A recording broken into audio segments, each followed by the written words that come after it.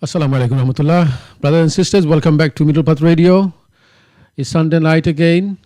I'm sure you guys are well. And আজকে আমাদের যে প্রোগ্রামটা হবে, we'll mix it like we usually do. Today we have our guest today is Abu Ubaid. He's a local youth worker. He will be joining us very soon, inshallah. And Middle Path থেকে আপনারা যারা হামেশা দেখতে আসতেছেন, যারা আপনারা দেখতেছেন, আশা করি আপনারা আজকে আমাদেরকে ফোন করবেন. If you want to see us again in YouTube, you can go to YouTube channel. আমাদের পুরানাগুলো দেখতে পারবেন এবং আমাদের আজকে যে প্রোগ্রামটা হবে যদি আপনারা মিসই করেন, so you could go a day later inshallah. You can see that again and over again. সম্মানিত ভাই বোনেরা, we are back on air again and it's nice to be with you guys. And আজকে আমাদের যে টপিকটা নিয়ে আমরা আলাপ করব is we're talking about youth, we're talking about things that are happening in France, around the world, and a lot of uncertainty with people. So আজকে আমরা এটা cover করব. And we have Abu Ubaid is specialized in youth work, so he's lots of youth in the street, and will try to get some the views from the youth, what they think about what's happening, and you can join us too.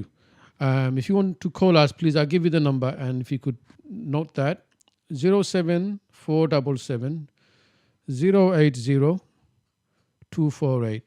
I'll repeat 07477 080 248. ভাই বোনেরা, আপনাদের এই যে আমাদের সাথে আছেন, এইটাই আমাদের জন্য একটা বড় একটা উপকার. Please do call and join us. So like I said before, Abu Ubaid, Ubaid bhai, I welcome you to Middle Path Radio. It's a radio of it's around the world. It goes around the world, so it's an internet radio. We've been running this for a few good months, and we had a lot of special guests here. So you're one of them today. So you're welcome. Alhamdulillah. Assalamu'alaikum to yourself and our listeners and viewers out there as well. I've told them before you came in, you are a youth worker, and you've been youth working for a long time. I know you've been doing that. So some of the views I'll ask you at the end, what do you think of the youth are thinking about? Because at the moment, the thing happened in last week. I'm sure you were of that in France.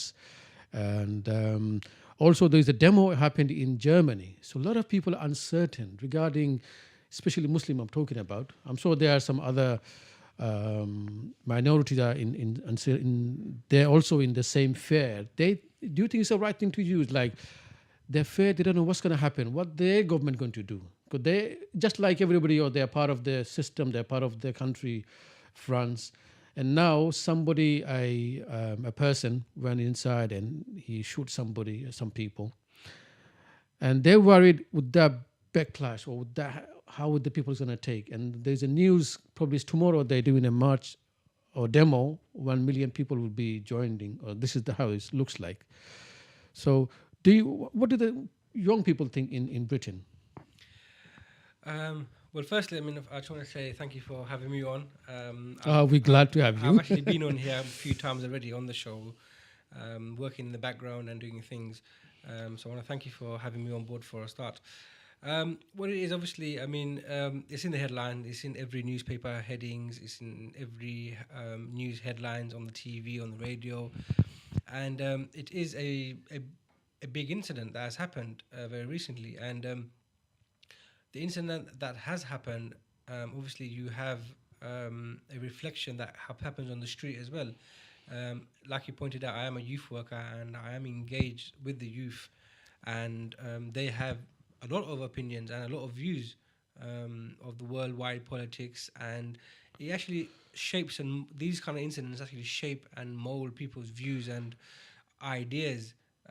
So it's very important. But do they have the fear like adult? The adult thinks, listen, maybe, okay, Muslims done that, it happened. So it doesn't mean the government should show the back on them, or they will have some backlashes, they think. Well, the thing is, I mean, we can't be complacent here, because we need to understand that there is an underlying factor here in a lot of these atrocities and these terrorism act that takes place. And whether the government here or any other government around the world, whether they realize it or not, of the Western world that is, whether they realize it or not, that foreign policy does play a role. And although, like I said, I am a youth worker, and although there's a lot of people on the street that are maybe not at work or maybe not into education, but they have a fair idea of what foreign policy is, and they have a fair idea that foreign policy is a factor and a contributor towards these elements. Now, by any means, nobody in their right mind will say that what has happened is a good thing. It is not a good thing by all means. But isn't that enough? We are saying this is a criminal act. We don't want that to happen to anybody. And isn't that enough? But people are expecting every Muslim to say sorry, or this didn't happen. Does it have to be like that? Why do I have to say sorry for somebody's crime? Well, he done a crime, he's dead, or he's going to prison. That's his. I think the biggest factor is the fact that the perpetrator of this act, of this crime that you that we're talking about, as they were leaving the scene, they were recorded quoting, saying that this was in revenge for the cartoon incident that has happened. Now, these kind of elements play into the racists and the fascists and the bigots out there, where they try to capitalize on this, and they try to politicize an criminal act, and this is where they try to score the brownie points. And but definitely, this is a provoking thing. Why Of do you course. want to capture somebody the billion of Muslims around the world loves so much? Why do you want his picture as a negative?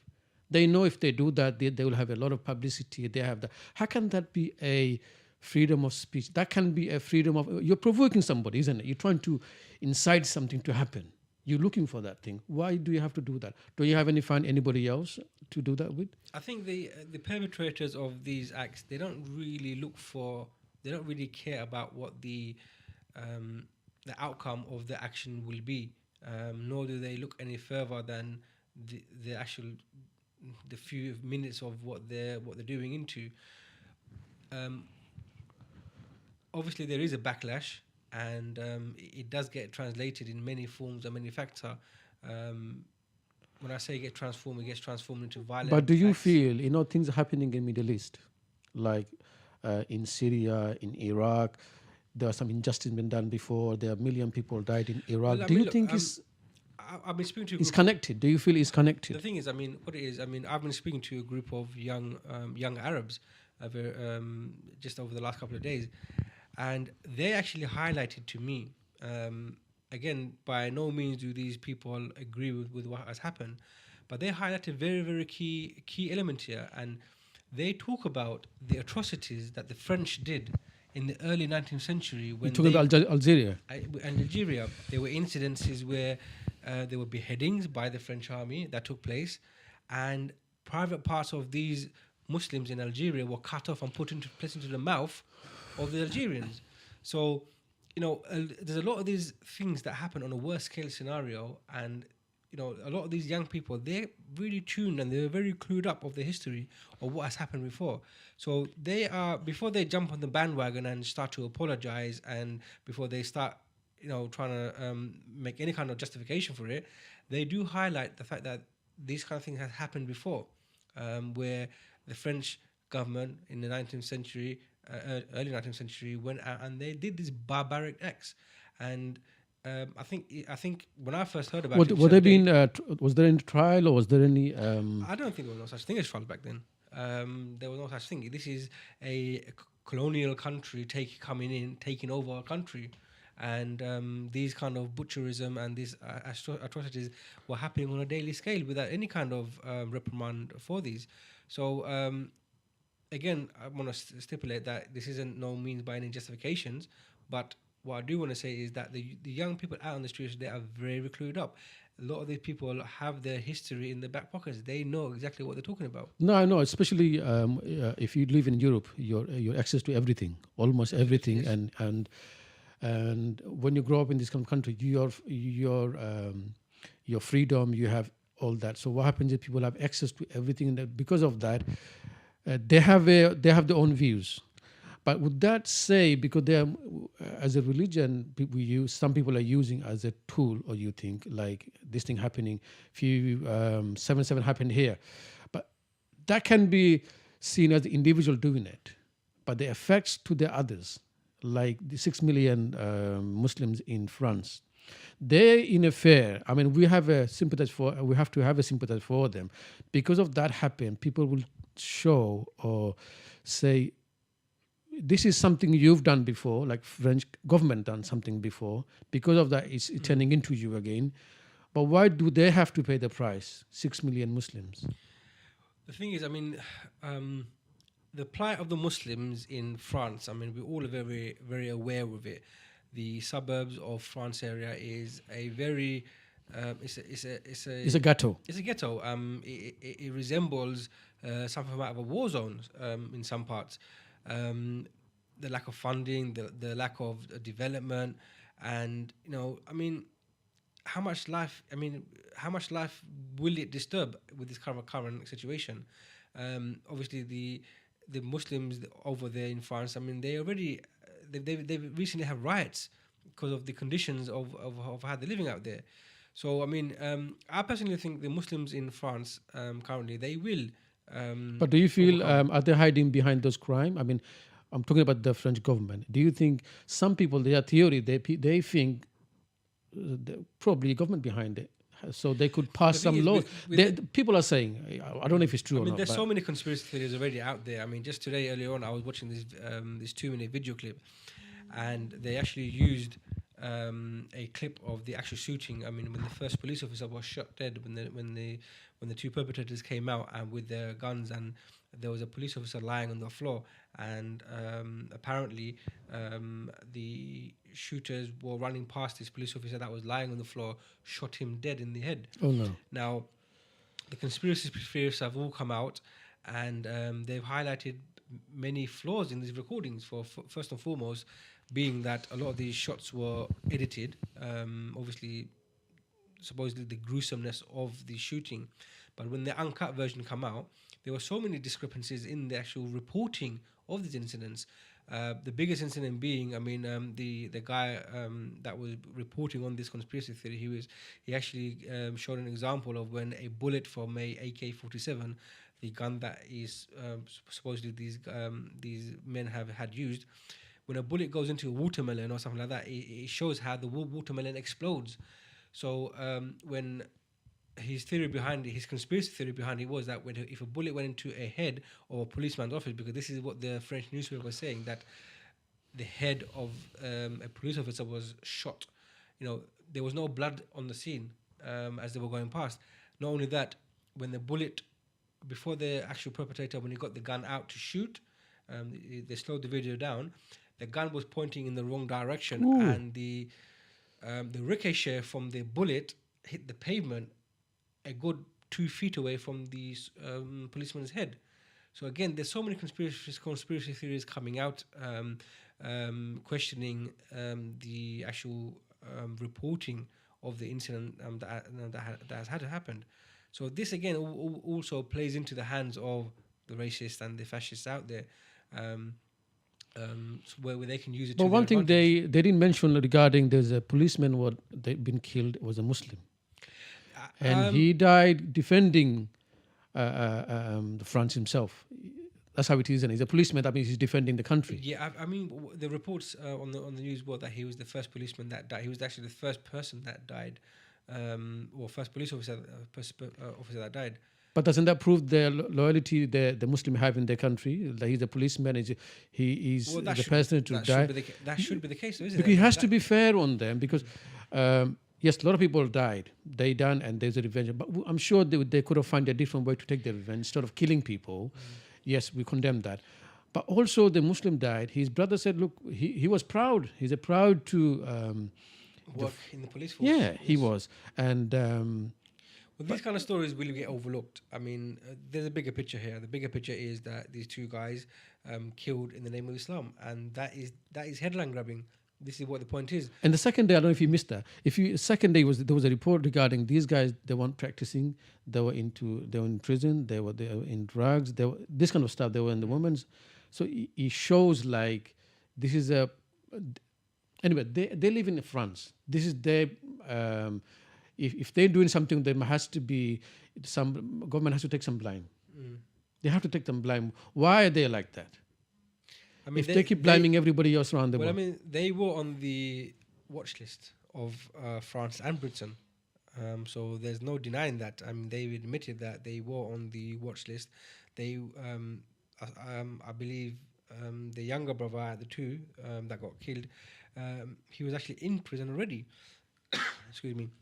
They were already in prison for acts of terrorism or recruiting, I think it was.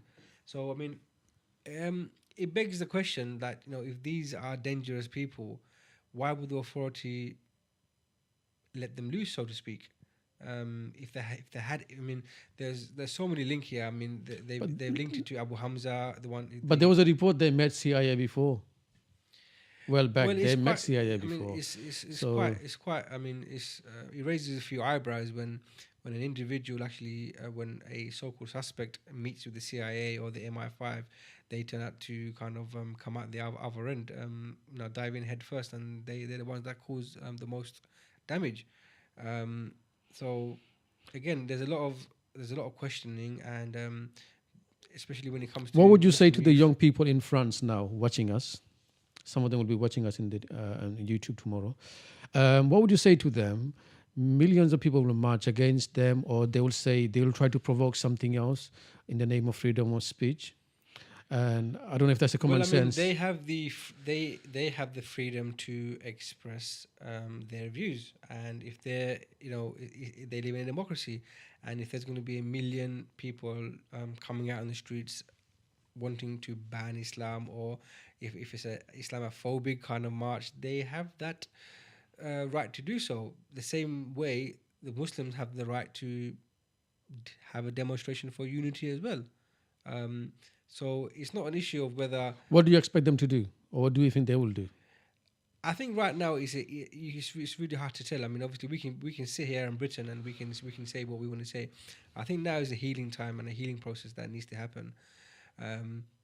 You know, there's a lot of stories flying around. There's a lot of stories. There's a lot of unclear things that are still out there that needs to be cleared up when it comes to the actual kind of incident, how the incident took place, how were they allowed to escape in the first place, and how you know, even for the duration of they were escaped for, you know, how were they able to do that?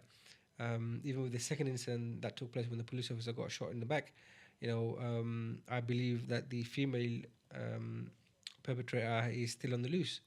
They think she's so- gone back to Syria. They think gone back to Syria to IS or something like that. They think. Well, I mean, obviously they would want to make some kind of link to the bigger picture. But if they go into IS or if they go into Syria, I mean, doesn't that link with their foreign policy? Doesn't that link with them somehow?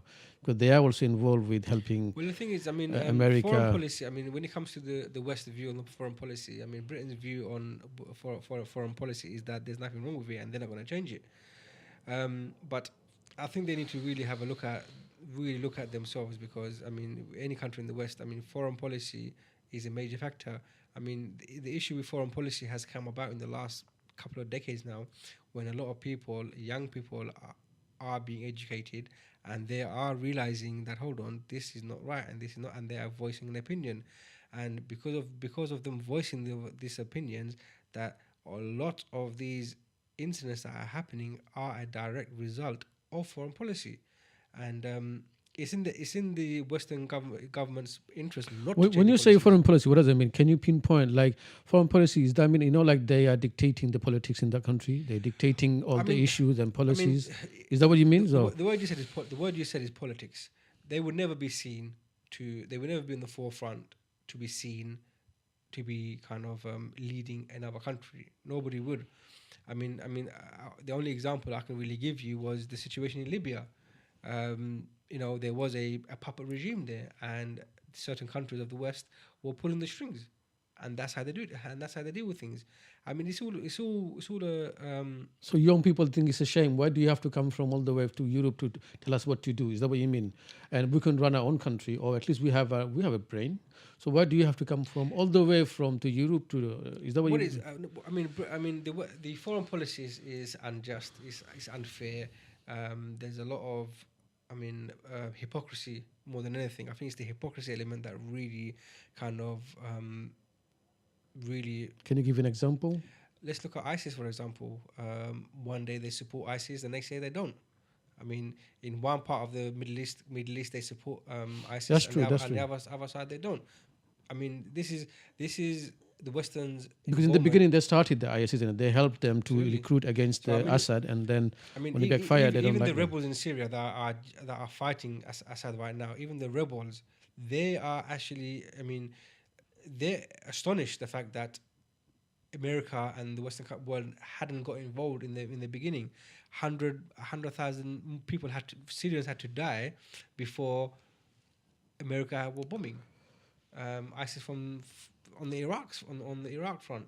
So it's this foreign policy that do play a major factor, and there's no denying, and there's no kind of beating around the bush about it. Foreign policy is a major factor in this, and unless foreign policy gets touched with, unless foreign policy is that doesn't get reviewed, it will be a tough time ahead, because Western government need to be seen to deal with these kind of issues, and these are genuine concerns of young Muslims living in the Western countries, in the Western world, and these are genuine grievances, genuine concerns that people have, and already there's a huge number of young people that do not want to get involved with politics. They don't want to get involved with politics because of the double facedness, the hypocrisy of it, the hypocrisy of democracy, as they say. Does that mean like if they even go to the politics, they don't have access to be something bigger, or they don't have access to become MP, or racism, or they've been pushed down, or what is it? I think when it comes to an individual getting involved with politics, it's slightly more different. But when it comes to their own interests, for example, when it comes to Muslims being affected in other parts of the world, Muslims are being affected in our parts of the world. Direct result of to be policy. fair, okay, say we are in as a Britain, we are in Syria, we're helping like everybody else as a coalition. We take them back, we come back. Would that stop the bloodshed? Because those guys are IS and others are killing each other. They're killing Shia, killing Sunni, Sunnis killing Shia, or Assad killing their own people. So if we come back, would that stop the bloodshed? The thing is, I mean, Middle East politics is another realm in itself. So I mean, that's something that I probably I have no kind of experience to speak into. But what I will say is this: that I'm living here in the UK, and I have an opportunity to voice my concern and voice my opinion that foreign policy is a factor in a lot of the bloodshed that happening around the world. But as for young people getting involved in politics, and for them being disheartened that they can't change, no, I mean they can't really. I mean that's the view that is at the moment, that young people, there's no point in getting involved with politics, and there's no point, and they can't change nothing. But we can feel their anger. I know they're angry and stuff like. What advice do you give it to the youth you work with? Like, how would they get the anger not into violence? Instead of that, can they not divert somewhere else? Like, what can they do? Because we don't want them to get criminalized. Yeah, absolutely. Now this is one of the reasons why I actually took up youth working as a profession. Because obviously, I mean, first and foremost, I'm a Muslim, and that is something that is one of the most important things that I hold dear. And dealing with disgruntled youths and the youth out there that have a view and have an opinion of worldwide politics, one of my job is to educate as well as mentor these people. And when you do have young people that are on the verge of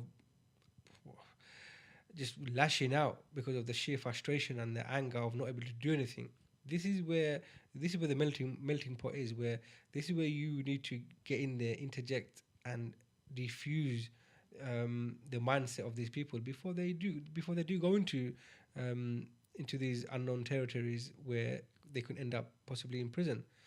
So one of So the what tactics kind that of we stuff do do you do? one of the tactics that we do is we try and help them channel this frustration. We try and help them channel the anger and their voice um, to other means. For example, one of the projects that we did was we actually gave a bunch of we had about half a dozen video cameras, and we actually gave these video cameras to these 17 to 25-year-olds, and there's about 12 of them, and they shared the camera out, and they did a documentary just about their lives and where they want to be in 10 years time. But that was the fun element to it. But the other element to it, one of the conditions was that they would have to sit in their room with this camera and talk about the issues that they have or what they don't like about the world. What is it that they think their world opinion is? And the results for them was the results that came out was fascinating. I don't know, say about half of the people that sat alone 10 minutes with the camera, they had grievance with world politics, and they didn't know how to kind of get that frustration out. They sat there. Is that maybe because the media uses every day or every other day in the paper regarding Muslims as a terrorists, criminals, All of these elements, killers? all of these elements. Does that affect? Does that affect them? Of course it does. I mean, it demoralizes the youth. It disheartens them. It questions your identity as a Muslim. That if Muslims are doing this worldwide, why should I be a Muslim? It does question. And this is the element that I personally don't want the youth to deter from, because your ID is your ID. Who you are is who you are, and world events shouldn't detract you from who you are, because who you are is what you're going to be later on down the line. And if you don't have these basic fundamentals in place, sounds like you're a poet, man. You're looking. Sounds like you're a poet. I should write a novel. I know you should do that. But yeah, I mean, like I said, I mean, you need to get. I mean, there have been so many government initiatives taking place to try and get in there before youth get radicalized. But it's all falling. It's all falling on its face. It's just a waste of money, personally. They need to address real issues. They need to address. Before we go for a break, can I just ask you a last question? Actually, we're going to go for a break in a minute. Is it fair on them, like your neighbors, the English neighbors and others, they constantly fear who's going to come and bomb us? Is Muslim going to come and bomb us? They're going to the train. Is they going to bomb me? They have this fear because it happened before. So, what would you say to them? Like we're in a fear, some country's going to take our country over. But here it's different. They're not going to take it over. They might do something like this. What would you say to them? The people in this country, I mean, if we're going to refer just to this country, the people in this country, I mean, they're not stupid. They're pretty much smart. Of course they are. That's why they reach. Well, it's not just that. Well, I have issues with that as well. But what I'm saying is, I mean, how many billion Muslims are there, and how many couple of people that are doing what they're doing? So majority of people know that Islam doesn't represent this, Muslims don't represent this, and they know that majority of the Muslims aren't going to do that. But yes, you're absolutely right. There is a fear factor. There is a sense of anxiety. There is a sense of insecurity that if something like this can happen. But what I don't want to do is I don't want to just dwell on this, because this state of living, this state of fear in the mind, this is happening all across the Muslim world right now. When you have Israel bombing Gaza, when you have puppet governments in Egypt killing Muslims, this is a state of fear everywhere around the world. And majority of these state of fear and insecurity and this bad feeling they're having is because of the Western world's foreign policy. So what I don't want to do is just say that it's happening in this country. It's happening to other Muslim countries as well because of Western foreign policies. Okay, but I agree with you here. Why do we have to blame all the time the foreign policy? It's happening in Egypt, right? So don't the Muslims in Egypt don't know how to run their country? Why are they doing that? Because of somebody else's pressure? Don't they know how to run their own country? I mean, the prime example. I mean, if you talk about Egypt, the prime example of Egypt is, I mean, this is a unanimous policy that no government that has taken power or seized power via a military coup will ever get funding. But here we have Egypt, a military coup had taken place, and hundreds got killed, innocent people got killed, but yet America, open arms, hugging, kissing, they're all there. So this also plays into the factor of the hypocrisy of Western democracy, because the foreign policy here is to keep power or keep pally with Middle East countries, that whoever's going to be in power. So in one hand you show democracy, in the other hand you show hypocrisy. This all fuse. So until these issues get dealt with or tackled with, there's always going to be a question mark on these foreign policies, because these foreign policies have proven to show that a lot of these attacks, a lot of bad things that happen are a direct result of foreign policy. Okay, we're going to go for a break now. Is that okay? Yes. We're going to go for a break. Brothers and sisters, we were talking about France. We were talking about local. Now we're just going for a break for a few minutes. Stay with us and we'll be back, inshallah. And if you have any opinion, please throw it to us, call us. And we talked about youth. Then we probably, in the second half, we'll talk about upbringing of the youth. So I will ask Abu Bay to talk about how can we do better parenting with our kids. Thank you for your time. Stay with us. Assalaamu'alaikum rahmatullah.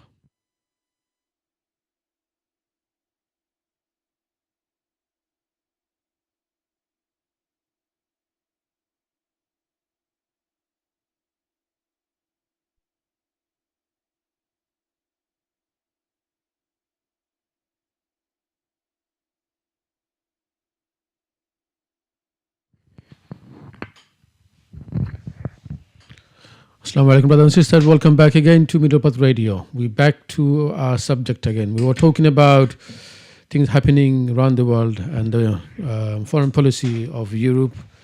I was talking to Abu Ubaid regarding youth, what they think about foreign policy, or what they think about things happening in France. And he was talking about how the frustration to the youth are happening.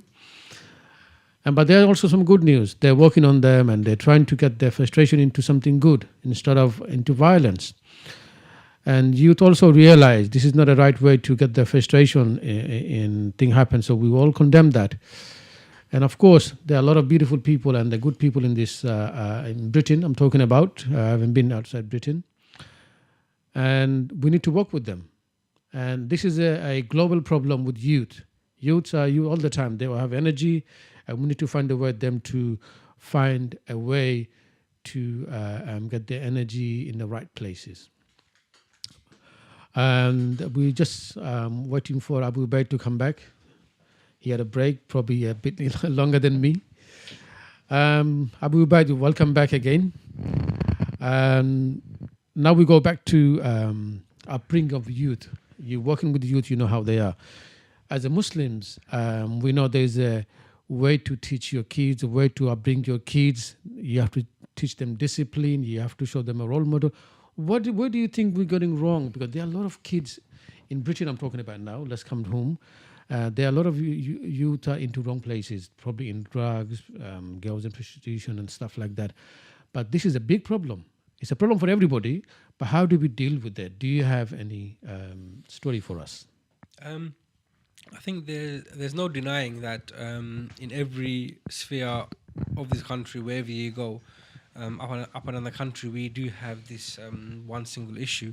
Well, when I say one, it's multiple issues really, but when it comes to the youth and they falling out of society and getting up to, getting up to let's just say well, let's just say not no crime anyway, getting up to crime. But um, I mean, it varies. Tactics on how to deal with the it varies from town to town and city to city as you go up So and what's up in the the worst country. case you faced? Because you meet thousands of youth, and I mean, I mean, the, I mean, okay. If we because it's no use putting under carpet. If you have the problem, we need to have a solution. I think, but I mean, if we talk about, okay, if we start with say worst case scenario, one of the I'm worst talking about is, Muslim youth actually. yeah, I mean, the worst case scenario which I've actually dealt with, and it's one incident that actually scarred me for life, and I think this incident it will never leave me, no matter how much I try. It's one of those incidents that I mean, it's actually engraved in stone in my head. I mean, I mean, even just thinking about it, it just it's making me kind of like swallow because um, obviously during my time as a youth worker, I used to work as a drug enforcement officer as well. There was a lot of, I mean, the area that I used to live in before had a lot of drug misuse happening with class A drug heroin, and we were kind of interacting with users and trying to get them into services and trying to kind of help them access to services, gain them access to services where they can at least try and kind of admit some of the issues that they have, and if, you know, if they do feel well and good enough to access some kind of detox or residential. So there's one gentleman that we actually came across, and he was a very young, bubbly chap. He always had the respect, and he used to call us Baisab, and he's really kind of really like us. So this is going back a few years, and what happened was his parents, obviously his family, knew of his situation, and what happened was back then one of the medicine, so to speak, or the only way out for parents to deal with it was they should take the child to Bangladesh and get them married off. And parents used to think that that was a That would way, be a disaster, isn't it? but it was very rife. I'm talking about 15 years ago, roughly 15, 20 years ago. It was very rife where parents used to think that, well, if they go back home and they get married, they'll have the sense of responsibility, and that will kind of help them get off the drugs. And a lot of people did do that. They did go back home and they got married. There were so many failed case scenarios happening, but this was one of them where before the son got married off, before the parents the son married off, the parents actually said to the bride's side, they said, my son's got this unique illness where his medication is in a very rare format, and when he does have this medication, he's completely out of it. So obviously back home, people are very poor, and they saw it as an opportunity where if they get their daughter married off to this family, Another foreign idea. The way they explain. yes, of course. So they thought that this would be good for the daughter, good for the family. The daughter will live good, and they got the girl married off to this guy. Now, over the coming months after that, obviously he was still on heroin. He was still smoking it out there, going underneath the perception, showing everybody that it's a unique illness that he's got. It's a very rare illness. He's come over to this country. He's got his wife over. They're living separately now. From the parents, that is. And basically, the guy actually, because he was still on it, it's very expensive in the UK, heroin. He ended up selling the house furnitures, selling the house electrical appliances, just to kind of feed his habit. It got to the stage where he actually sold his wife's jewelry, even the clothes in the house, even the Hoover. It was that bad, and it even got to the stage where the wife was so kind of stricken with guilt that her husband is basically going to be dying of this illness, that she actually offered. She said, "What can I do to help you to gain money to buy this medication?" This is where me and my colleague, we were out. We used to do daily outreach, and this is where we kind of this is where our paths crossed with this individual. This was just in a local street, in a local park, where we actually saw him, and he kind of pushed his wife into a car. And when he saw us, obviously we knew who he was, he knew who we were, and he ran off. And obviously, he looked a bit kind of suspicious, thinking, what just happened there? It was only the day after, when we did a bit of digging and we found out what happened, was that he actually, I mean, it's quite embarrassing to say this, and it's quite, I can't even bring myself to say this, but he actually gave his wife for the night to the dealer so that he can buy his drugs. And his wife was willing to do that so that she can support him for his medication. And when I heard of this, I was just dumbstricken. I just thought, this is gone beyond the point where it's just that heroin is a menace. It's gone to the level where it manipulates people. The word I would use, and people might find this very harsh word, but it rapes you of your family. It literally rips you apart. It just, and when these issues did happen, he was never able to show his face in front of us again. I mean, I haven't seen him after this incident, but this is on a very very negative. So what's the number do you think people are taking in Tower Hamlet? I'm talking about the hard drugs. Or is it improving or not? The numbers have declined, with no doubt. The number has declined. I mean, there's been some fantastic work out there. There's been some fantastic intervention work that is happening out there. And, full credits are given to these specialist services that are out there targeting Bangladeshi users. And, and they have done, no doubt, an outstanding job. So this is kind of on the negative side of talking about it. Okay, before you go to other one, can I just ask you about the girls? There are some girls taking that. Yes, absolutely. Or abortion. There are a lot of things happening. The thing is, I mean, with what we're trying to do, we're not trying to dig in saying how bad we were. We just want to know the problem, and the brothers and sisters knows that the problem. We need to have a solution for that. I mean, with drug use, you have a whole array of elements. You have criminal activities that come along with it. You have handbag snatches. You have thefts in shops. You have robberies. You have burglaries. It's just a whole package in itself. You mentioned about females as well. I mean, with females, they won't tend to go down that level where they would execute this type of criminal activity. Yeah, they may be doing shoplifting. They may kind of mug a granny here and there, or do a handbag lash, as they call it. They may just about do that. You're talking about Bengali girls. Bengali girls. The most easiest way, but at the same time the most despicable way, is that they would sell their bodies to have access to money, to have access to these drugs, and a lot of dealers, they see this as an opportunity to become a pimp and to make a quick buck out of it as well. So it's an ongoing vicious circle that goes around and round and round. So it's a whole package. I mean, it's not just dealing with a drug misuse issue. It's about dealing with the other outcomes that come. Who would you blame that? Would you blame that into the parents, or would you blame individuals? But there has to be some blame to the parents, how they are bringing their kids. Are we dealing the right way? This is England. We can't deal the way we used to deal in Bangladesh.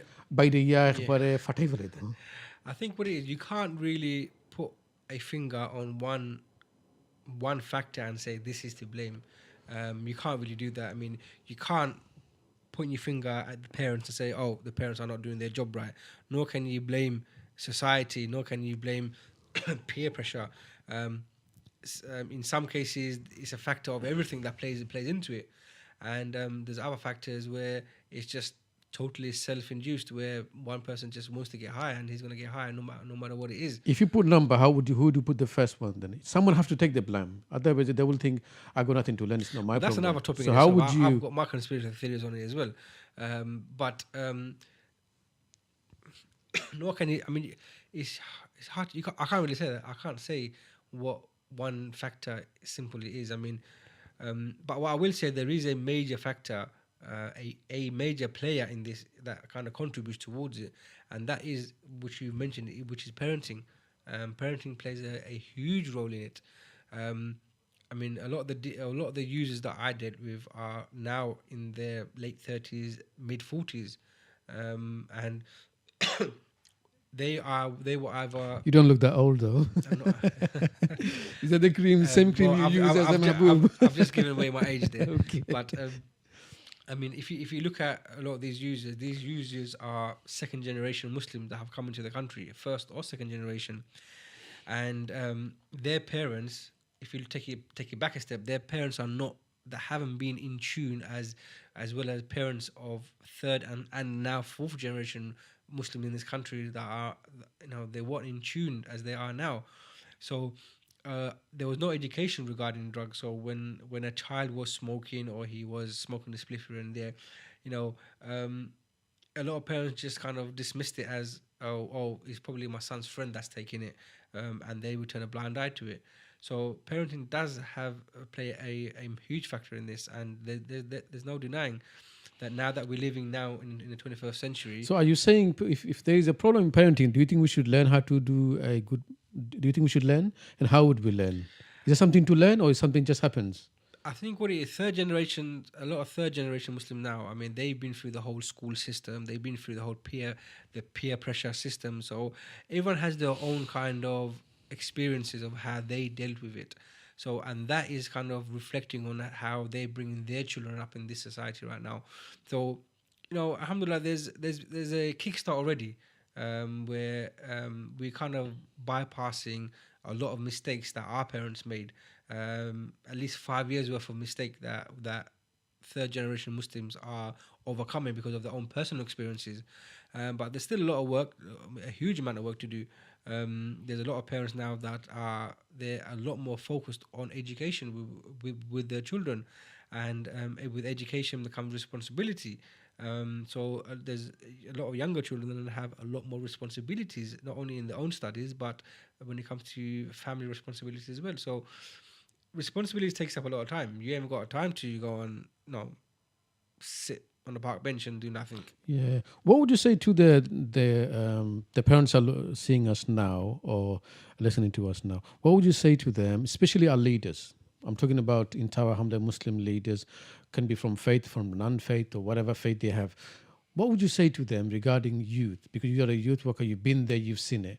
What can they do different, or what can they do to unitely something for the youth? What can you say to them? Okay, this is going to be really cheesy and it's going to be such a cliche, but I'm not going to shy away from it. But parents need to listen, and I think this is the biggest factor here.